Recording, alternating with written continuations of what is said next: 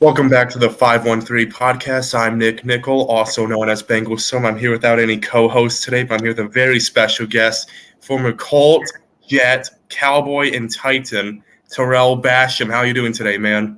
I'm doing good. How about you? Doing great, man. Have nothing to post in the off season, but great having you on the team. Great seeing what you can do. Can't wait for week one, man. I mean, it's getting there, but it's still a long wait. For sure. But I mean, the anticipation already starting to build up. Yep.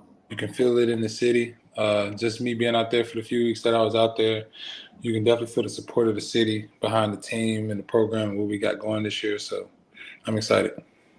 Yeah, man. I mean, fans are excited to see what you can do, but let's get off the questions, shall we?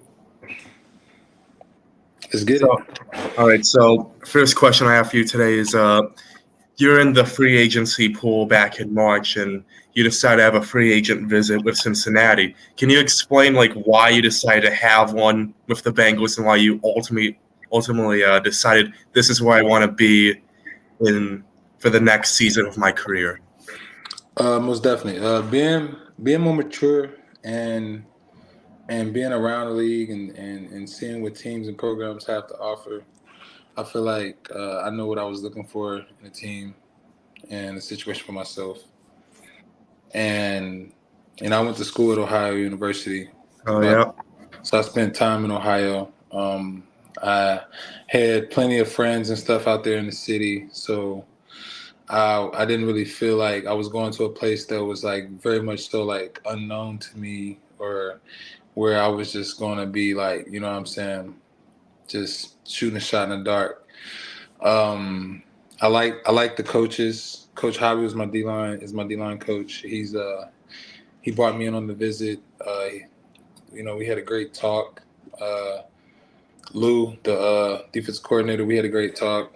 Um, and a few of the guys on the team, like Joe Burrow, was like a good guy. Like I knew his dad. His dad coached me all 4 years in college. Oh yeah. I forget he was a coach. Oh my God. Yeah, so he had reached out to me prior to me signing. He knew I had a visit and stuff like that, and made me feel very comfortable about coming up there. You know what I'm saying, and joining the team, and it all felt right. So Yeah, man. I mean, I think people are excited to see you a part of this rotation with Trey, Sam, Miles, Osai, Sample. How do you feel you can like add to the rotation? Like, can you tell the people a bit about your game that you can bring to Cincinnati? I'm a I'm a I would call myself a bit of an unorthodox pass rusher, but a pretty efficient one, you know. And like I do a little bit of everything to get to the quarterback, you know. So um, expect a lot of energy. Expect a lot of like, you know what I'm saying, good positive vibes being spread throughout me, the D line, and the defense, and expect me to, you know what I'm saying, do all the things that I did to get me to where I am today. You know, just continue working, grinding, doing whatever my role is in the defense that they asked me to do. Swiss Army knife. Yeah, man. Speaking of like you being able to do everything, I looked at your highlights when you signed, and I saw you got an interception against Pittsburgh. So first thing I want to ask about that is like, can you talk about your coverage skills a bit? Yeah, I really wasn't much of a cut. Well, I did. I started learning how to drop like in college. My coach had me dropping a little bit. I got my hand on a few balls, but never got an actual interception. I actually dropped like 2 interceptions in college. And once I got to the league, at first I wasn't doing too much dropping. I started dropping a lot more once I got to New York and Dallas. I didn't drop that much in Dallas either, but um, yeah. So like when I was in New York, so we had a coach that he loved to use Greg Williams. He used to love to use his defensive ends, you know what I'm saying, to like cover running backs or tight ends and stuff like that. And so me and Jordan Jenkins at the time. So I was the defensive end on the other side of me. We were dropping and bracketing the tight end. The tight end beat Jordan inside, and the quarterback thought that he was beat, and he just didn't see me dropping from the other side, and it just was. It was just like it was good. It was wrapped in a gift. It was like a basket of flowers. You know what I'm saying? Delivered to my Yeah. front door. It was just right there for me. I mean, I think it's even better like seeing Bengals fans see that, knowing that was against Pittsburgh at a Yeah, time where that game was huge for the Steelers to make the playoffs. So, I yeah, mean, that's just a good. This is what I'm gonna bring to you guys, because like your best plays I've seen from you were against Baltimore and Pittsburgh. So yep. hopefully you can do that six times. I've definitely always played good against Baltimore. That was like I Yeah. don't know what it is about Baltimore. Like I always play good Yeah, it against. wasn't like back-to-back plays. You had a sack and then a blocked punt. Yeah, Oh yep. my god. I remember that. That was like a Thursday night game. Yep. Oh my god.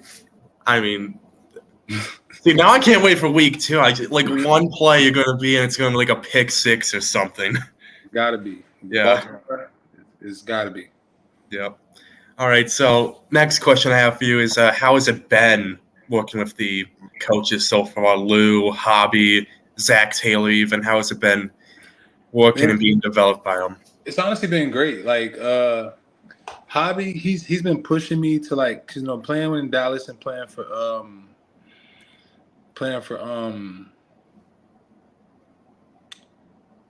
drawing a blank. You're good, man. But yeah, like playing in Dallas and playing in that defense, and like Dallas' defense, they play forward, and they always get off the ball, and they're playing forward. They're playing forward, you know, and they didn't really like. It was more of an attack defense, not really a react defense. And so once I got here, I realized that they use their hands a lot more. So Hobby's been helping me learn, like, get back to striking and shedding, using my hands and stuff like that. Because I had just got so comfortable to just playing forward, and just getting past the guy, getting past the guy, getting past the guy, instead of actually striking the guy. So I've been having to get back to that. You know what I'm saying? Doing Yep. more body workouts to strengthen the shoulders and stuff like that to prepare for it this season and stuff like that. Has there been any players you've been hanging out with, to like you've been learning from so far? Yeah. I've been trying to learn from everybody, honestly. I've been trying to learn from everybody. I'm not the type of guy who really just hangs out with like one or two guys or thinks like I'm just gonna soak up everything here and get nothing there. Like I try to learn from everybody's personalities, everybody's way of thinking, living, feeling. We're all different people. And we all think and feel different things, and we're all capable of different things. And I'm capable of my own things. So I just try to learn what I can from other people, use what I can learn, understand the things that I can't do, understand what I am capable of when I'm not, and stuff like that, and just keep trying to be better. Yeah, man. I mean, there's a lot of people to learn from, and that was with my next question. How has it been, like, seeing with your defensive line, mainly the edges, Miles, the rookie, Trey and Sam, Osai, Sample, even the tackles, the Gravedigger, DJ, Bald BJ, and then Big ball BJ. yeah, and like, how has it been working with such a versatile and so many great defensive linemen? It's been honestly good, just seeing everybody's skill set, seeing what everybody got to bring to the table. We got something special. And and I like one thing I like about being around guys like BJ, Trey, Sam, DJ, Reader, like all the other vets and stuff like that. Josh, we're a bunch of we're men. You know what I'm saying? We guys who have families, and we have a very good understanding of like life, living. You know what I'm saying? Very good spiritual understanding. So it's a good understanding when like you got men to understand other men. You know what I'm saying? Like Yep. And then when you got that type of camaraderie amongst the vets, it's easy to bring the younger guys along, like Osai and Miles, And so, like, we have a really good group. Like, it feels really special, and I think that it's going to be special for sure. All right, so I know you guys haven't had any contact in minicamp and OTAs, but this is more of a anticipation question. Is there any offensive lineman that you're waiting for in training camp that you just can't wait to do a one-on-one with in practice? Honestly, like, it's nobody in particular. I look for it. I don't care if it was like the first guy or the last guy. I look forward to competing, All right. regardless. So it's gonna be fun to go up against guys like LC. Me and LC went up against each Yep. other in Dallas. Oh yeah. Yep. That was always fun. We always had a good competition in practice. I played against Orlando plenty. The sack I got in Baltimore before I got the block punt was on Orlando. Oh wow. So yeah, like we Yeah, always. good that I didn't notice that part of the film. I mean, I would have. Yeah, me and Orlando always had good, healthy competition. I played against him in Kansas City. He locked me up a few times. I beat him a few times. We always had good competition. So like it's gonna be fun. I look at competing like it should be fun, and I try to get the most out of it myself. So Yep. I always bring what I got to the table. Yeah, man, I completely understand. Wish like more fans could see those O-line drills and the one-on-one. I remember I went to one training camp practice last year. The offensive line drills all the way in the corner. No one could see it. I'm like, I just want to see Lal and Jonah go at it, man. Want to see what you can do as well. Hopefully they just move it a bit closer where I can see it. Yeah, hopefully they got a good setup this year so y'all can see the action.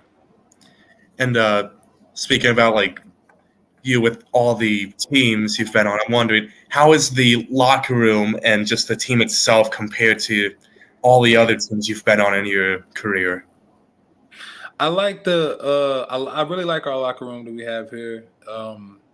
You don't see too much of guys trying to be somebody for somebody else. It's really a locker room where like guys are allowed to be themselves and have fun and compete even within the locker room. Like we love to compete on this team. And that's what I love because I'm a competitor. Oh, yeah.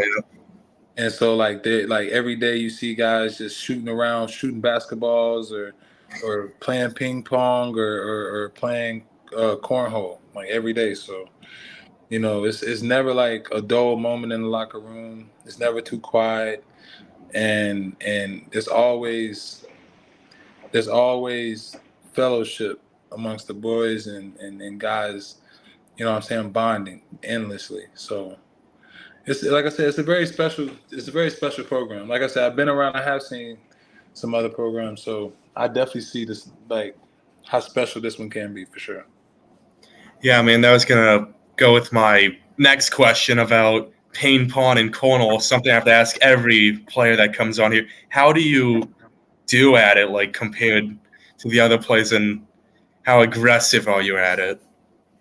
Honestly, like I used to be good at ping pong in college. I haven't played that much since. Once I got to the locker room, I see that it's something that I definitely needed to be more on top of. So I got the ping pong table set up now downstairs in the basement. I've been Oh, practicing. nice. Yeah, so I'm ready. I'm ready for when I get back for sure. I sent the picture to the guys in the group chat a few days ago, showing them that I was practicing. Just to let them know, it's not gonna be sweet when I get back because they kind of took advantage of me during OTA. They hustled you? Nah. There was no hustling going on. I know. We don't gamble. I know Brad Robbins hustled a rookie just for a free win at cornhole, so I wouldn't be surprised. Yeah, nah. I'm definitely not good at cornhole. Ping pong something I can compete at though. All right. Have you tried cornhole at all, or is that just like I'm not even going to touch it? I grew up playing cornhole, and I did try it, but it's not as fun as ping pong to me. All right. It's not as fun as ping pong to me. I don't know. All Why. right. Ping pong just gets exciting. Like when you serve it back and he misses it, you know what I'm saying? You just hype. When you shooting cornhole and then he misses, it's just not as like I don't know. It's more exciting. Like I like. All right. I like to be entertained. All right. Yeah, I understand. And all right. So the last question I have is something that really just popped into my head during this. Is since you've been on so many teams in your career, I'm wondering, could you list off the 5 best defensive linemen you've played with in your career? Oh yeah.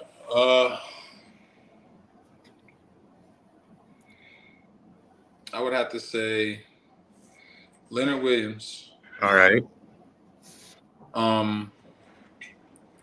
Let's see, Leonard Williams.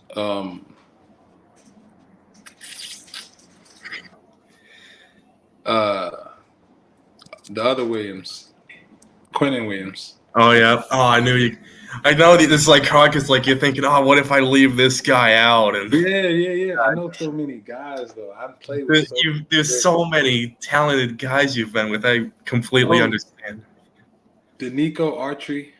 Oh yeah, he was a beast last year in Tennessee. He was with me in Indianapolis. He was with me in Tennessee. Yeah. Man, DeMarcus Lawrence. Oh, hold on. I understand. Randy Gregory. Okay. Man, that's 5 right there. Yeah. And there's still like Trey and Sam and Mike. I got I ain't even get to like Micah. Like I don't consider Micah a D lineman though. He's a linebacker. That's the only reason I thought about Micah. I was like, he's really a linebacker.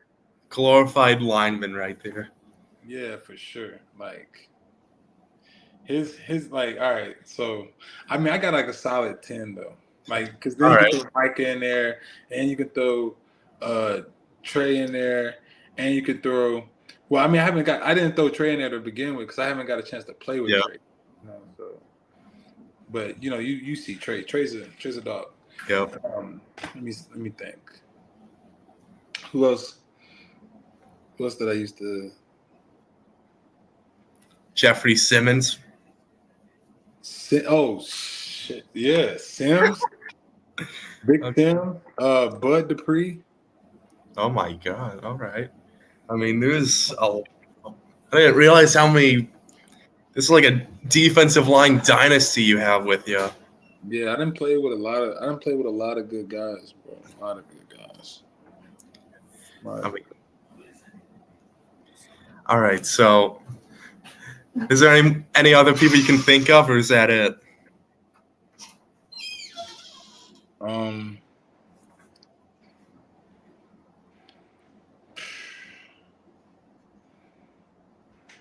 Man, I got so many guys, bro. I can't even. It's literally crazy. Like I can like just thinking about it just now. I thought about like 10 more guys. Like I can name that were like great players. But those are like the top guys probably right there. Just the main. I don't want this to go an hour long. So yeah, you know, I went to prep school with Leonard Floyd, and I went to prep school with Shaq Lawson. All right. So me, Shaq, and Leonard was all on the same D line in prep school, and we all got 16 sacks that year. Oh, God, dude, how many QBs did you kill, man? That's insane. We was taking them out.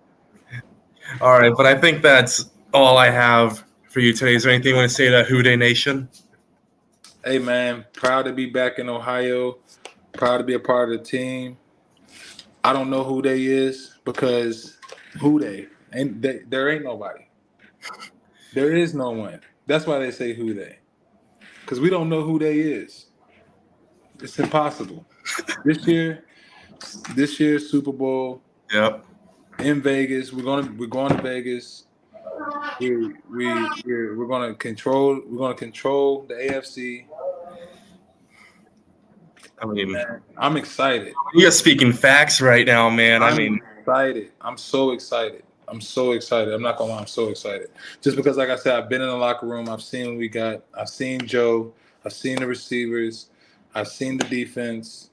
I see the game plan, and I see the energy, which is the main thing. The energy and the willingness of the guys in the building to Yeah, get man, the job done. you said everything perfectly right there, but thanks for coming on the show, Terrell, and thank you for anyone listening for watching the 513 podcast. Make sure to subscribe and make sure to follow Terrell on all his social media, and to make sure as you watch him, hopefully have a big role in the Super Bowl run. Let's go.